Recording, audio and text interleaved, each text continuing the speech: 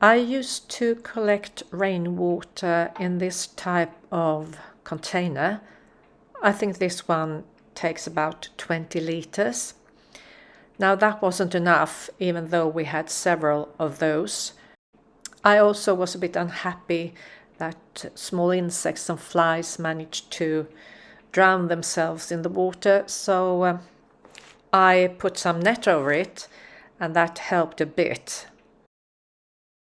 Still, we needed another solution because I wanted to collect more rainwater.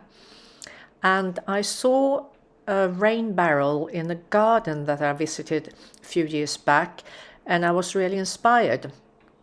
So we decided to get 3 of these. You have to saw the downpipe apart at a certain height, which is sort of suitable for how you connect the rain barrel. And you pull them apart, and in that gap you put the actual rain collector, the one I'm trying to rinse out here.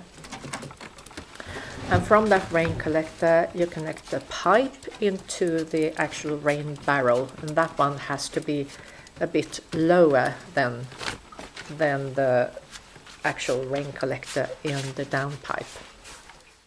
We don't have that many trees in our garden, but there are still leaves and other debris that get into the gutter, and then it gets stuck in this connector from the downpipe into the rain barrel. It was drizzling a bit the day I was doing this work, so I could immediately see when I had cleared it out enough. And now I've connected the pipe and make sure that it's flowing all right. And I also wanted to see if I could get any rainwater out, because there was some water in the bottom of the barrel, and I think that is rain that has fallen during the early spring. There is some openings in the lid, so it can get through that way as well. But the water level in the barrel was under the tap, so I couldn't get any water out that day. I'm now working on the 3rd barrel, and this connector was very full. It took some time to clean out. The best way is, of course, to take the pipes apart and take the connector out to make sure you get everything out of the pipe.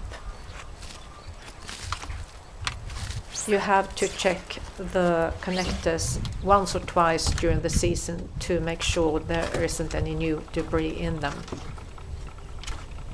I disconnected the barrels late fall, early winter, before it got too cold. You don't want any water in the barrels when it gets to be -degrees, because then the ice might make the barrels break. I rinsed the connector out with some water to make sure it flows free.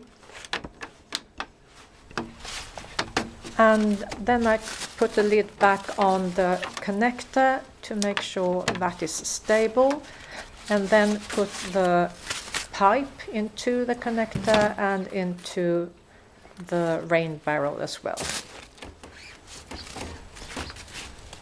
We get quite strong winds where we live, and if the barrels are empty, they do keep falling over. So my husband had put the hook in the wall and tied them onto that hook with some rope. And now we are ready to collect the rain for the coming season.